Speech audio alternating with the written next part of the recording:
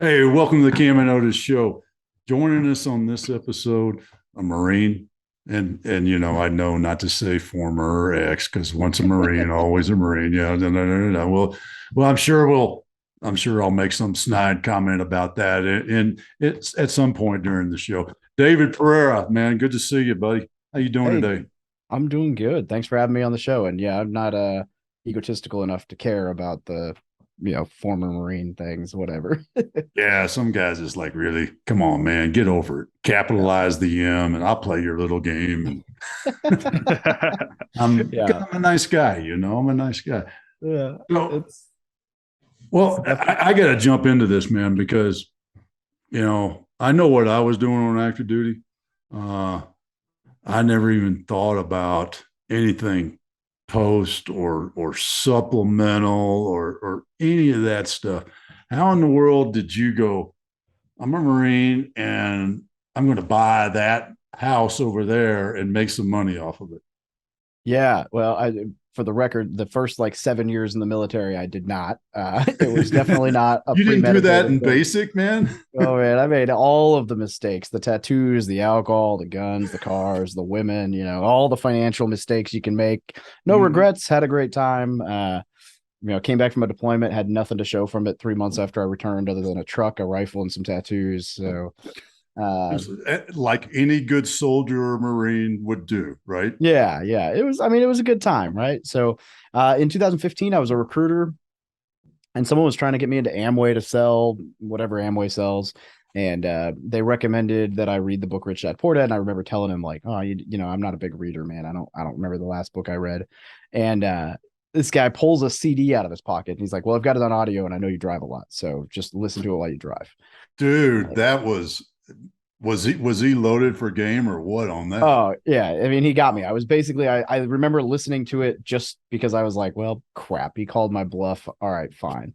Um, and I read that, Rich Dad Poor Dad, and then I was like, wow, this is cool. And I read another book from Robert Kiyosaki and his group, another one, and then I was Googling words I didn't understand, and I stumbled across Bigger Pockets, and Bigger Pockets had more real estate books, and I read, more real estate books there, and then it was just like the stars aligned. So in December my lease was coming due on my apartment. And I was like, well, I either Mhm. sign another lease for this crummy apartment. And I had thought about buying a house when I moved out there, but I just didn't know what I didn't know. And so I was like, I don't want to, whatever. So the idea was I don't already want to there. learn anything, right? That my drill sergeant didn't teach me. Yeah, well, or more was like, I don't want to mess this up. And I was rushed because it was going out on recruiting. So I didn't have a whole lot of time. And Mhm. um, so I just took the easy button. But so when this idea came up, I was like, well, I've been wanting to buy a house anyway. And so I started looking at duplexes to live in one unit and rent the others. And it was like, the lease was coming due. I found a duplex, and then somebody like drunkenly totaled my Harley in a parking lot. I was, inside having a beer, and he like, he was parked next to me, and he backed out and sideswiped it and shot it across the parking lot. And uh, it turns out he owns a used car dealership, and he was like, I don't want insurance to know about this. How much is the bike worth? And the next day I met him at his office. He cut me a check and handed it to me, and for the total, value of the bike. And then I sold the rest of the bike back to Harley for parts. And so I Mhm. ended up making like $2,000 more than what the bike would have been worth, and probably 3 or 4 grand more than I could have sold it for, right at the same time that I'm looking for this house. And that was my down payment. And so I was like, oh, perfect. Cause I didn't have the money for it. Uh, and so I bought the house. I lived in one side, I rented the other. And then I was like, yeah, this isn't so bad. When I moved out, I got stationed in Hawaii, and all of a sudden I'm getting paid like $300 a month to own this house, and a property manager's dealing with it. And it was just kind of proof of concept. And from there, it was, I was hooked. I was like, oh, this is fun. And No, sometimes that, it's When did that not. you make that shift as a like from okay, I see this opportunity, I can leverage some cash here, all that kind of stuff. When did you make that shift mentally to entrepreneur then? Oh, it was probably, I mean, it was another year and a half before I bought my next property, saving up. And it was probably, so that was December of 2015, and I didn't start like my blog until 2018. And so I mean there was a 3 year period there where I didn't do much but learn about real estate, and it probably wasn't until like 2019, after I'd been blogging for a while and realized there was actually something to the platform that I had kind of stumbled into, because I didn't have any intention of building a platform, uh, Mhm. that I was like, oh wow, this is that I started to kind of identify with like the entrepreneur journey, I guess, and be like, wow, there's actually a business model here, and this actually can make some money, and I can help people, and all of those fun things. When did you shifted to learning? I mean, I say that sounds like I'm being derogatory, but really, because earlier you're like, nah, dude, I don't read books, and he slaps a CD at you, and then you read another one, and you read another one, and you're like, wow, this is really cool. What happened there? What was that catalyst that got you going on that? Yeah, I mean, it was the fact that I realized like I'm driving a lot and I can listen to audiobooks and audio, whatever. And now I'm curious. You've got me really curious. So I'm actually looking at Audible right now because they show stats. Oh, And I know where to find it on my phone. I don't know if I can find it on my desktop. If I can in 2 seconds, I'll show you, but uh apparently not. So okay. Well, never mind. I think it You was can like say a big number, we'll just believe you. yeah, well, it's a big number now. I mean, it was I think I listened to like 20 or 30 books in that first year, and then I started hearing about reading, at more than one time speed, and now I listen at like chipmunk speed, like 2.5 times, and I'll just fly through a book. And then if I'm like, okay, that book was actually, I've realized that a lot of books aren't really either aren't as well written as they should be, or say a paragraph in a chapter, and it's like a lot of fluff. And so I'm like, people are like, well, aren't you missing stuff? Yeah, but what I can do is I can listen to a book in like 2.5 times as fast and decide if it's worth buying the physical copy to read. And I might pick up one or two nuggets and be like, okay, cool, that was great. That I'm glad I saved some time. Or I'll read a book and I'll go, okay, I'm gonna buy this one. I'm gonna read it. I'm gonna highlight it. And so I probably listened to like 20 or 30 books that first year, and then it's grown to 50, 60 books a year. I mean, I'm up over 250 books on Audible in the last, I don't know, 4 or 5 years, 6 years. I So, love that technique too. I'd never heard that before. The fact that put it on hyper speed, and most folks spend 30 minutes to an hour or two in a car a day, yep. or whatever you're doing, and you listen to it, and if you catch, I don't know if you have a metric, but maybe like 5 nuggets in that hyper speed, then you're like, I think I actually need to go back and read that. That's much better than reading the back cover and going, it sounds like, which it's kind of like when you see the trailers for a movie, and all Yep. the jokes, all the good jokes were in that 2 minute trailer for the movie, and you sit there for 2 hours. Well, you're doing a Yeah. much better way of doing it. Yeah. So I can start a 10-hour audio recording on Monday morning on my drive to work, and I'll be done with it by the time I'm home on Friday. And so, that's a pretty good way to compress. And the reality is like if you were to jump to 2.5 speed, you'd be totally lost. But if you kind of work your way up to it, and I actually worked my way all the way up to like I listened to a book that I'd listened to like 4 times, so I already knew the book. I listened to it at like 3 times speed, so that I was just like whatever, and then I backed it to 2.5, and then 2.5 seemed normal. And so I would say I probably pick up 70% of 70-80%. The only time it's bad is when I have when I'm thinking through something, right? Like if I'm driving to work and I have a thought, Yeah. that it is so easy to just forget that I'm listening to an audiobook and zone out and go, oops, and back up like 5 minutes. But that's not super common. So as long as I can remember that I've got the audiobook running and not just tune it to white noise while I'm thinking, it's very helpful. That's a great process, and I'm glad you said that about, hey, Otis, don't just don't Yeah. just go up to the setting and bump it up to two, because that's what I'm thinking. I'm like, oh, I'm driving up to Denver. I'll just bump that up to two, and like, Yeah. oh It'll man, definitely chipmunk you out. oh yeah, yeah. I've got a guy that I've listened to a couple of his things, and he's an Aussie, and he talks fast anyways, Yeah. and I can't go faster than 1.5 with him, because he's. I think that's my Texas drawl making my listening slow. I don't know. Yeah. I have one other friend who listens at like the same speed. And it's always funny when we like road trip. It's like, oh, I can actually put a book on with you in the car and we can both be okay. Instead of because if I turn now, I'm at the point where if I turn a book down to like 1 or 1.5, I mean, it like makes my head hurt. I'd rather just listen to music. I'm like, God, they're talking so slow. It's like getting off the highway and driving on the neighborhood street after you've been driving 80 miles an hour. You're doing 25, right? Exactly. Yeah. Yeah. Same exact concept. Yeah. I don't even listen to YouTube at normal speed anymore. Dang. How do you because that's so much content. And I know you mentioned that like when you really get into one that you'll get the book, still you'll still get the physical copy of the book. But I guess what I just keep thinking to myself, because I listen to a lot of podcasts and I have my podcast that I can listen to while I do something else. Because the same thing happens to me as you're saying. Like if I'm driving, I hear a good idea, like Freakonomics, one of my favorite podcasts. There's so many good ideas. And I start thinking, oh, what can I do with that business model, all that kind of stuff. How do you keep yourself to actually like retain that content? Because that's always my biggest fear with shifting to the audiobooks, honestly, because I'm a physical copy guy, because I feel like if I make that shift, I'm just going to miss all the content. It's just going to be white noise. Yeah, I think that's definitely a risk, right? So some people I'm sure pick it up better than others, right? If you're an auditory learner, whatever. For me, I think it's just understanding that like I'm okay with the fact that I'm going to lose bits and pieces of the book to know that I can push through. And there's so many different like ideas around this, right? I've got friends who are like, I read one book a year and I read that book 50 times, and that's my way of learning. And that's great.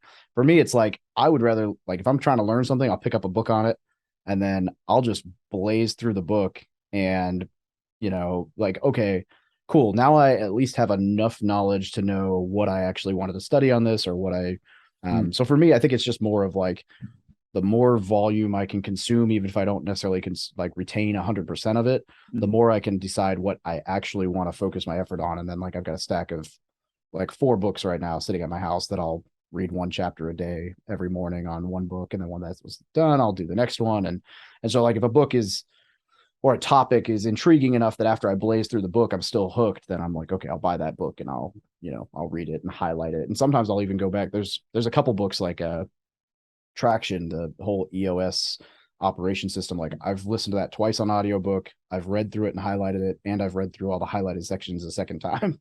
And so, and yet I still don't implement the EOS operating system because I don't have an integrator and I'm just not organized enough to do it on my own. So, but yeah, one of these days. I've only read it once, so it's somewhere back there behind me. I actually I handed it to my assistant yesterday and said, read this because eventually you're going to be holding me accountable to this when I grow up. Read this, make up a quiz, and just be on it, right? Yeah. Well, that leads me up to my next question is what's that big lesson that you learned, the we can call it big or painful, and the metrics of what was it as you've gotten into this? Yeah. There've been a lot of lessons, right? I think none so powerful to me at this point in my life as the lesson of not just blindly trusting people. And I hate that is a lesson that I've had to learn, because I am very much like, if you look at like, I don't know if you guys are familiar with like the disc profile for personalities. I'm a 99I and like a 72D. So for those listening who don't know what that means I'm the guy who, no matter how much I tell you I don't care about your opinion, I do, and I want you to like me, and I want to be liked, and I want to trust everybody, and I want to see the good in everybody, and I want to diffuse fights, and I want to just be the happy-go-lucky, everything's amazing guy all the time. And what that seems to manifest itself as in business is just getting bent over by people who can pretend that they are genuine and then take advantage of you, whether intentionally or unintentionally. I've had situations that have just either I got hosed by somebody or I just was overly generous when I didn't need to be and ended up, it wasn't reciprocated, or so I'm very much a handshake deal guy if I could be. And I've just learned over and over and over again that is not the way you conduct business. I mean, I just wrapped up a 3.5-year lawsuit. I can't really go into too many details because we're still waiting on the appeals process, but 3.5 years later, a judge told me I was right and I got all my stuff back, but trusted the guy more than I should have, and there's a couple different issues I've had where it's been, well, I trusted that guy and I probably shouldn't have. So now it's like, all right, I don't care if you're my mom. If we are entering a business venture, we're talking to the attorney. It is what it is. And if you aren't willing to do that, then that's a red flag to me. Yeah, How, that's a great lesson. And do you think that because I've had the same issue, and I learned several years back that because I trust you, I want to enter into a written agreement. Yeah. And what's your opinion? Do you think that's because of our time in the military? Do you think that because we implicitly trust the guy to our left and right, and in the foxhole, if you will? Yeah, I'm sure that's part of it. Mhm. I think the other piece is just that as much as I can be confrontational, I do not like being confrontational. And so I don't want to sit down and say, hey, look, I trust you, but to me, that's an awkward conversation. I'd rather just be like, yeah, man, I trust you. We're good. And that's just isn't how things work. how have you balanced that to not become jaded? Because maybe I'm just my father's son on this because I don't have the military background to learn that. But I have definitely gone through that with a lot of business ventures of it's like, I want the handshake and that kind of stuff. But then also it's like, gosh, you need that contract sometimes. Yeah, it'd be a great question for me like a year from now when I decide if I'm still jaded about some of these things that have gone south. I'm in the middle of a couple, things that we're trying to sort out. I actually just wrote a check on Friday for 10 grand to a former employee and said, sign this release. I never want to hear from you again. Take this check. Which is more than my attorney said I needed to pay him. But I was like, look, I don't really care about the money. I need to pay him enough that he'll actually sign this thing so he just disappears. And it worked, and it was a frustrating situation. It was a guy who I thought was a friend who left the team in a way that was just less than ideal. And it was less than ideal enough that I was willing to cut a $10,000 check to just say, leave me alone. Go away. Please don't ever hear my name, say my name again. And it it's frustrating. So it's hard not to feel jaded when it's like, dude, this was like someone who I was introducing as a best friend, a partner. Like, we had really grown this relationship, and it just on a dime. He's like, oh, I'm gonna go do this on my own without you, with half your team, and let me just pull this rug out, and we'll see what happens. And I don't know that that was his intention, but that's definitely the way it kind of panned out.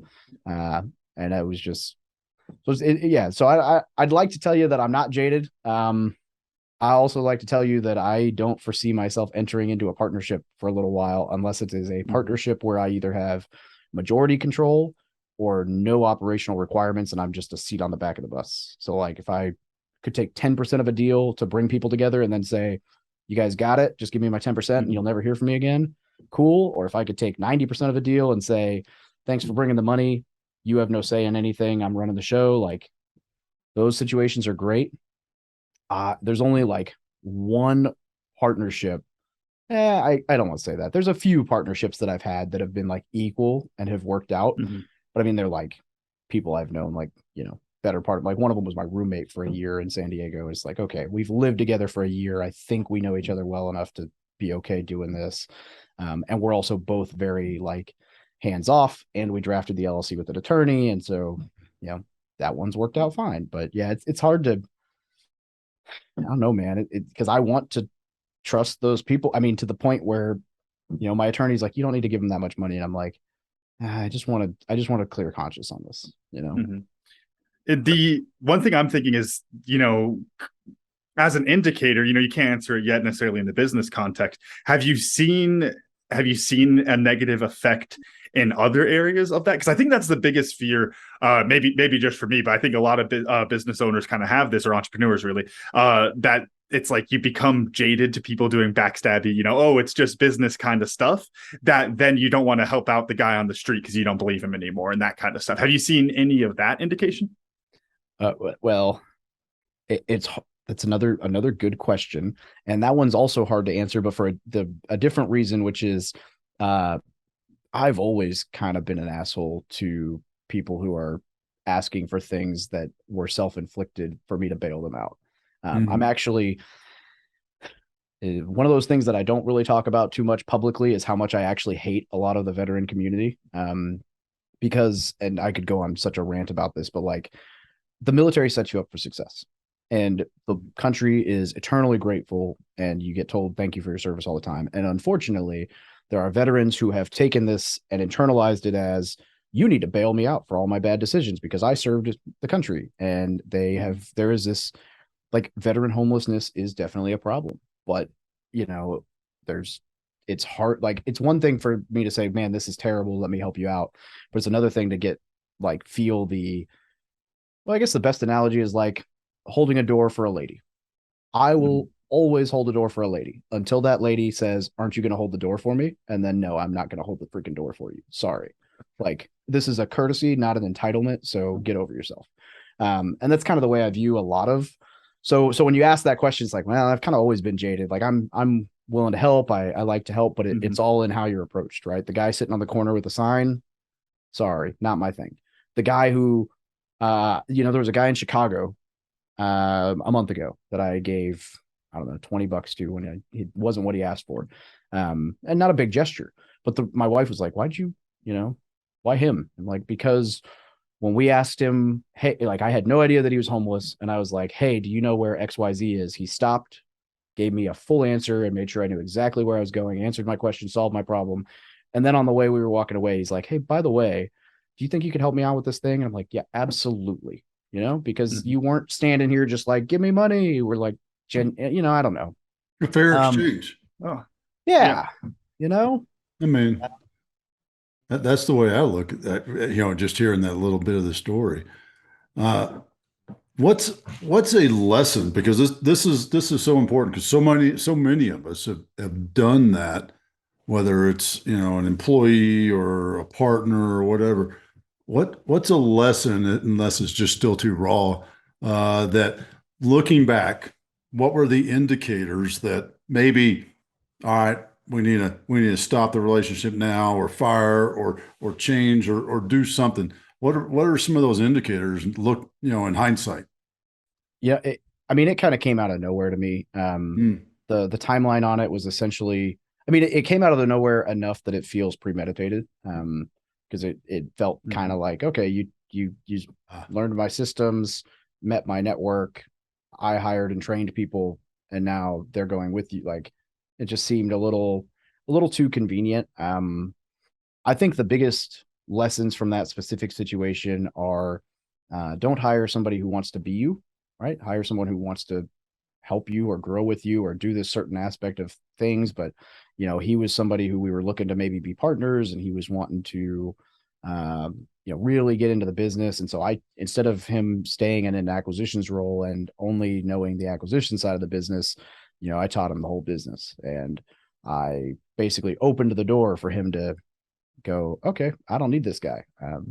Which isn't entirely true, because from what I understand, things aren't necessarily going as smoothly as they were planned. But, I think the indicator really is just when people start to withdraw.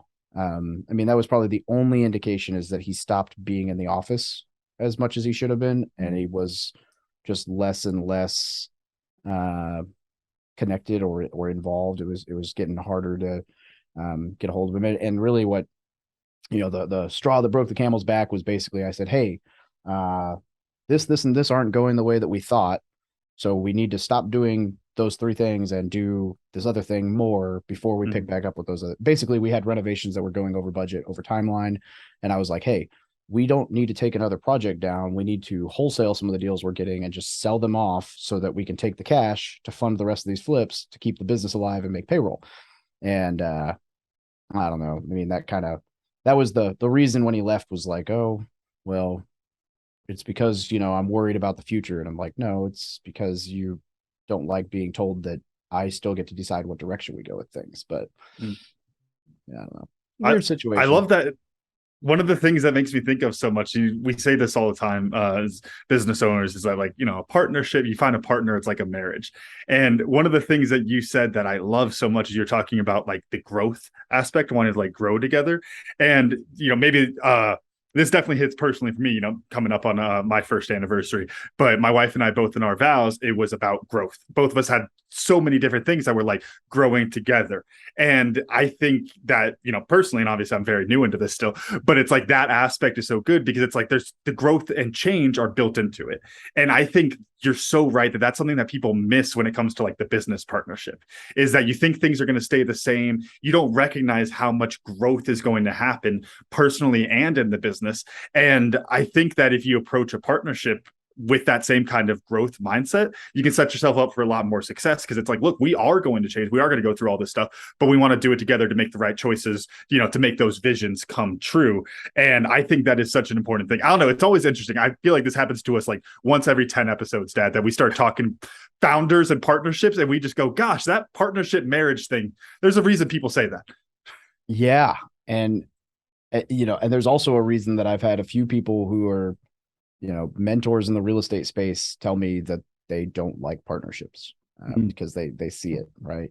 One of my friends is kind of going through a similar thing right now, much more amicable and not, they're just kind of like, hey, we probably need to go separate ways.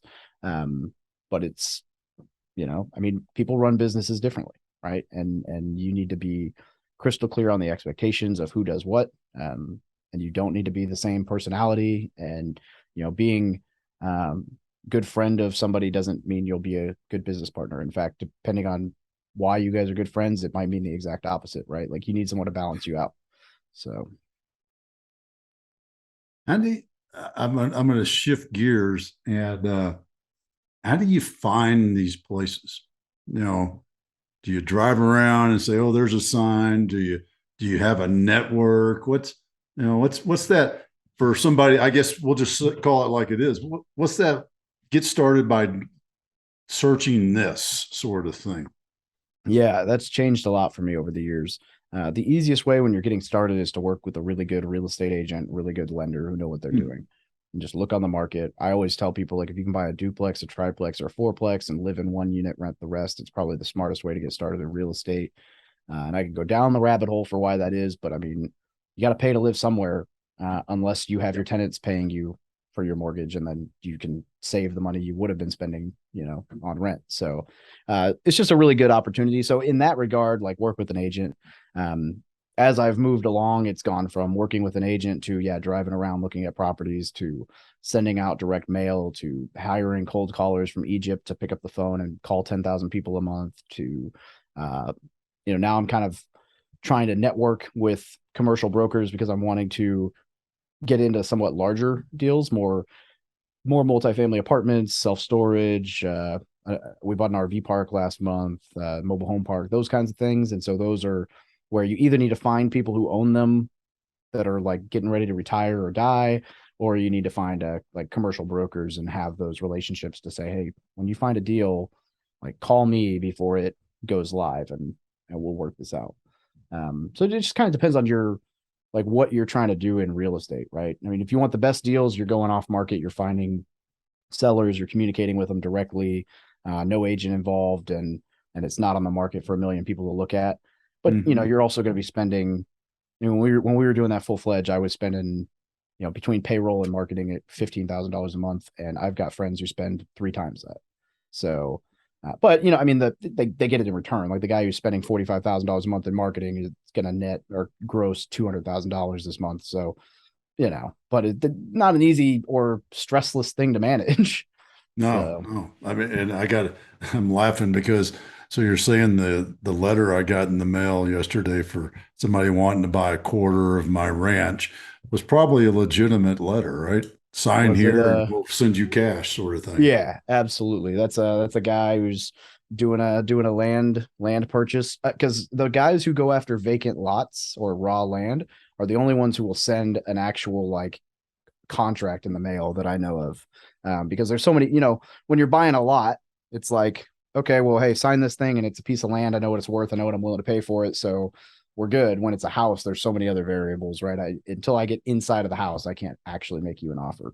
Because you'd be amazed how many times I get told the house is in really good shape, and then, I mean, I've literally been in houses where floor to ceiling, like I went in. I'll never forget this house. It was 3 stories. It was a basement and 2 stories above ground, and I could only go in. The front room was like a dining room, and there was like a path into the kitchen, and then I could go to the edge of the kitchen and like look around the corner.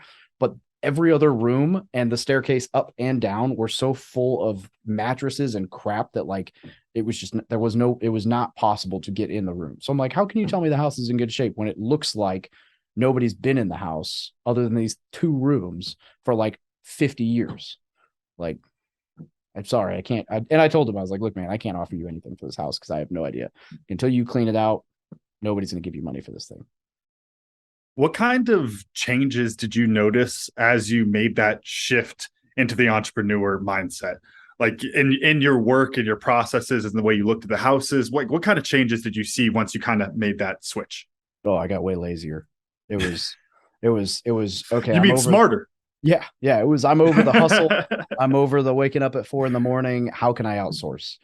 So I've got virtual assistants. I've got an in-person assistant. I hired a lead manager. I've got contractors. Like, my goal at this point is to do as little actual work as humanly possible to get something done. So it's like, all right, because if I spend all my energy on something, then everything else gets dropped. And so it's like, all right, well, I think the book, I think it's Dan Sullivan, the book Who Not How, is it's all about like hiring and when to hire. And he said something like that's a good book, and there's a lot of good advice. That's one of the books that I then bought the physical copy and read.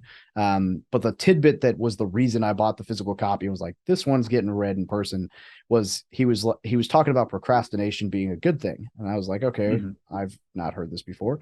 Like, procrastination is never a good thing. And he's like, because in business, the cue to hire is procrastination. Because if you procrastinate on an item, it means that either you don't like it or you aren't good at it. Those are really the only two reasons you outsource. Because if you actually loved what you were doing, you wouldn't procrastinate it. You'd be like, oh yeah, I'm gonna get up in the morning and I'm gonna go, crush this thing, whatever it is, right? And I had just never heard that. And so I've heard forever, if you don't like it or you're not good at it, you need to outsource it or hire someone or whatever. And that's all well and good. But until someone just made it as simple as like, when you notice you procrastinating something, then that's your answer. It was like, oh, so that's the indicator. That's saved me so much time over the last year, because now I like, oh, yeah, I guess that means I don't really want to do this. Well, is it because I'm not good at it or I don't want to? All right, well, who is this going to? Let me outsource this to someone. Which I was leads, gonna go ahead. I was gonna ask if you had trouble letting go, but now I want to ask the opposite end of the spectrum on that. Did you let go too much? Were you on that end of the spectrum where you were outsourcing too much and you had to kind of correct back a little bit? Yeah, it's been both. I definitely struggle to let things go, not because I don't want to let them go, but because I don't know that I need to let them go. So like my assistant, when she first started, she'd be like, you sure you don't have anything else for me to do? And I'd be like, I have no idea. And it's not until like I basically told her, like, you're going to follow me around for like 2 weeks and you're just going to write down everything I do. And you're going to, like, at the end of the 2 weeks, you're going to look at it and go, here's how much time you wasted doing this. And I'm going to go, oh, aha. And that's what it took, was her literally following me around and saying, you're doing this and it's a waste of your time. I can do it. And then, yeah, when I started really letting go of things, I am very much a like visionary personality, not an integrator personality. So I am not a detail guy. And so it is very easy for me to be like, you got this, call me if you need me, which is the way that I want to run the business. Right. But then I've definitely let loose a little bit too much, and now I'm trying to find that happy medium. We're getting there, I think. I don't know. We'll find out. How do you scale something like this? I mean, is it more people looking? Is it finding more people to do, to see things the way you see things? How do you scale, this sort of real estate business industry, I guess? Yeah, the two biggest things that you can do are marketing and capital raising. So those are usually the two sticking points, is finding the deals or funding the deals. And so what I was, as I built the community and the network, it made it easier to actually raise money and do private loans with people where someone can lend me money and I'll pay 10% interest and pay it back as soon as the project's done. And that made life easy once I realized that I could actually do that instead of going through a bank for every project. And then the marketing side, it's just kind of wherever your pain point is. So the first person I hired was an acquisitions guy, because I was getting run ragged going on appointments. So I was like, this guy's going to go on the appointments. He's going to make the phone calls. He's going to run the CRM. I'm going to run all the marketing and raising money and selling the deal to investors and all of that other stuff. And then as he got overwhelmed, it was like, okay, where are you feeling the overwhelm? I've got so many appointments and so many projects that staying up to date on the CRM is a pain. Okay, well then let's hire a lead manager, and she'll take over managing the CRM and the transaction coordination from when we lock a property under contract till we either sell it or refi and rent. And then from there, it just kind of whatever your pain points are, right? As you're, oh, we need more leads. Well, what can we do? Well, let's try hiring some cold callers, or let's try this other thing. But it's usually one of those like few levers. It's like more leads, better sales and management, and more capital to take things down yourself. And if you can solve those problems, then the rest will fall into place as long as you do right by your investors, you'll be okay. As you've been going through this growth, has that entrepreneurial bug got you like looking to that next project yet? Because, and correct me if I'm wrong on this, but it seems like you had that almost like opportunistic way of getting into the entrepreneurship, and then that entrepreneurial mindset came in. Now are you kind of like, dang man, I'm not sure I like houses that much. I want to go, I want to go do this. Like, do you have that bug, that itch going yet? Yeah, it's gotten a lot stronger as I've had a few projects that have just, yeah, when it rains, it pours, right? I've had a couple houses that have just been destroyed by tenants over the last couple months, and insurance and things, it's all going to be taken care of. But the stress and headaches that have come from those properties has pushed me definitely more towards the like, I was joking with someone the other day. I was like, if I'm going to make $10,000 a month doing something, like if I make $10,000 a month in net cash flow from rental income, I don't know that I've ever had a tenant thank me for letting them pay me to live in my house, right? Like they don't care. You are not, that's not fulfilling. It's a great business model, but it is not fulfilling. Mm-hmm. So if I can make $10,000 helping other people learn how to make money through real estate, like that's way more fulfilling and way more fun. So I'm trying to find that balance where I still have 100+ rental units, and I have a portfolio and I'm doing all the things. But yeah, the real estate's definitely, it's just a lot of things that are out of your control. So the entrepreneur side is, I'm definitely, I'm kind of inching into the idea of buying some businesses and not necessarily business flipping, but scaling, and you can sell at a multiple. So I guess it's flipping, but I think that's the way you describe it, coming from flipping houses. I mean, it makes sense, right? Yeah. So I mean, it's just a huge opportunity because, and I'm by no means an expert in all this, but as I'm like learning about it, right? You buy a business that's doing 2 million gross, it's got a 2 or 3x multiple, so it's worth, if it's doing 2 million, it's probably worth somewhere between $4 to $6 million. But if you get that thing up to like $8 million in gross revenue or $10 million in gross revenue, now your multiples are 7, 8, 9, 10, 11% or times. And so you could take this business and triple the revenue and like 50x the value. And it's kind of crazy how some of those numbers and value metrics work just based on who's looking to acquire businesses and the business model it takes to get there. And I see an opportunity because, well, I mean, because the generation of people who are running a lot of these businesses that's in their 60s and 70s, there's not a whole lot of like, it's not sexy for a 21-year-old to be like, I want to build a landscaping maybe, but like I want to build an insulation company. Like that's not the sexy dream of a college kid, but somebody's going to be selling that business. And so if you can buy it at a discount, and a lot of times with businesses, you're 10% down with an SBA loan, or you can do a seller carry. And a lot of times, because it's that person's baby, they don't want to be completely retired. They'll stay on as an advisor. And there's a lot of very interesting things that happen in that world. And, I'm trying to find like a business that the operations are solid, the team is solid, the equipment, like all of that, the operational side is really, really, really good.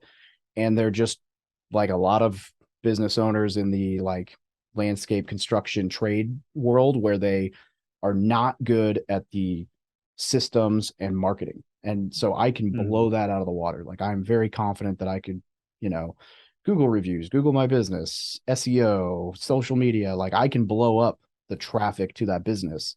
So if I can find something where that's what's missing and they've got a great operational team, then like it's kind of what I'm looking for right now. I don't know. I'm dabbling. I haven't pulled the trigger yet, but I'm looking at P&Ls for an insulation company today. So, who knows? I love how you are carrying that same mindset of, what you got with the flipping houses, not looking at as flipping business. I never really thought about it that way. But then as you're talking through it, it's like you have all of these different pieces that you know what to work with, and it's just finding those other applications for them. Do you see that as like looking down, further down the pipeline in the future? Do you see yourself staying in that area? Or is there a little bit more of the visionary project that you've got in the back of the mind that you're like, one day I'm doing that? Yeah, I haven't figured that out. I don't know what my 5-10 year vision is. I'm going to Peru tomorrow to go do the Machu Picchu hike, and it's 5 days, and I'm hoping I won't have cell service the entire time. And my goal with that challenge, aside from just whooping my butt and making some memories, is that I'll hopefully leave with a little bit more clarity, because I'm in a weird spot where, like, I left the military. I'm quote unquote financially free, meaning I just, I've been out for a year now and haven't had to take a job yet. So I guess that means I made it. I don't really feel like I've made it, but whatever. And I haven't been able to figure out, like, I'm trying to figure out, like, which parts of this do I really enjoy? Which parts of this do I enjoy that I can grow? Like, okay, I'm going to cut that thing out, even though it makes money, because I don't enjoy it. But what is the thing? And it's been a tough answer to come up with. And so I'm hoping I get some clarity on that, because yeah, sure, I've got a million projects and ideas and things, but there's not like a business that I'm like, this is the $1 billion business, let's go. That hasn't come up. It's just trying to figure out what that North Star is for me to focus on. Well, some people will claim that they will have some enlightenment on Machu Picchu. Some people claim that. I hope so. Well, I'll tell you, if you look for it, you'll find it. There's Sure. there's your thought, your philosophical thought to put in your pocket and go to Peru with, because if you go down there and try to create it, you never find it. But if you're enjoying the moment, then it comes to you, whether it's sitting where you are now in Peru, in a swamp somewhere, whatever, it takes that moment, and it happens. I mean, it happened sitting right here in the office. I didn't have to go to Machu Picchu. Mine was much less expensive. Enlightenment than Probably true. I can't say I was at Machu Picchu and have this big moment though. So maybe I'll do some green screen pictures one of these There days. you go. I'll let you know if it's worth it. Man, no, that's cool. How long? 4 days, 5 days? Is that what you said? Yeah, it's a 5-day trek, and it's well, it looks intense. So you start at Cusco, which is we're landing in Cusco, Peru, which is altitude at Cusco is 11,152. So it's about almost 1,000 feet higher than Leadville, which is the highest U.S. city. Mm-hmm. And that's intense. And then you start the trek at like 9,000 feet. And day one is not too bad, but day two is the one that everyone's like, you watch out for day two. And so day two, looking at a map, you go 16 kilometers, which isn't that bad for a full day's hike, but you start at 9,800 feet and you peak at 13,780, and then you drop to 12,000 for camp. So you go up like just shy of 4,000 feet elevation and down another 1,700, and then you camp. I'm like, that sounds like a really terrible 16 kilometers. So, and it's, I mean, and you're at altitude and you have 1 day to adjust before. So it's going to be intense. I don't know. We'll see. Awesome. Well, practice just right now, just holding your breath. That'll help. I mean, yeah. Deprive yourself of oxygen. Breathe into a plastic bag for the night. That's about I'm training. Yeah. Oh, gosh. Man. Oh, that's gonna be a great experience. You'll have to give me a shout when you get back and see if you had a moment. Yeah. I'd love that. Know. Yeah, man. And I'm thinking my lessons learned in this was just I love the Dan Sullivan thing, the who not how. If that's a great way to differentiate. There's the things that you don't like to do, but the true test of it is it something that you're like, yeah, I'll get to that tomorrow. Yeah. And the reason the real inner reason that you're doing that is that it's not something you're comfortable with. I mean, so, you know what, if it's something that you can outsource or delegate, then delegate and outsource it, right? Yeah. Absolutely. Yeah. Yeah. Camden, how about you? What'd you learn? Yeah, actually, in the same vein, David, you said this of I didn't know I need to let go, and that's kind of opening for me because when I think about delegation and outsourcing, all that kind of stuff, I feel like I always have a vision of what those things are. But now I'm like, oh gosh, there's so many things that I need to add to that list that I'm not even realizing because I'm just procrastinating them, pushing them down oh, we'll do that next week. We'll do that next week. And just recognizing that those things need to get outsourced. That is such a huge mindset shift for me. Yeah. That's big. David, how about you, man? What'd you learn? Yeah. I don't know if this is a cop-out answer, but I learned some things about myself, which is, I feel like that's kind of a cop-out, but at the same time, also probably more important than a lot of things. So I've not ever stepped back and thought through my journey as like when I made the shift from dabbling to entrepreneur, or when I made the shift from buying a house to investor, or like when the identity shift was, and I actually started pursuing that instead of just being like, oh, this is cool, let's see what happens. And so like for me, I think the thing that I learned is just to step back and kind of reevaluate some of those things in a different light. Cause when you talk through it as like that journey and like those pivotal moments, it starts to line up and make sense for like, oh, so this is why this happened, rather than just it. I don't know. It just, yeah. Cause when I look back over the last 4 years, I'm like, holy crap, we've come a long way. What happened? Well, I don't know. This helped me get some clarity on that. So that's cool. I don't know. I feel like that's a cop-out answer, but we're going to roll with it. Nah. It's not a cop-out answer because it's genuine. Because I've heard that answer from a guest before. That was a cop-out answer, but you're being genuine with this. You get full points. Yes. Well, and it's a step forward in your enlightenment. So there you go. You feel real philosophical. Prepping for the trip. That's right, man. I'm feeling very philosophical. David, how do folks get in touch with you? How do they follow you? What's the best way?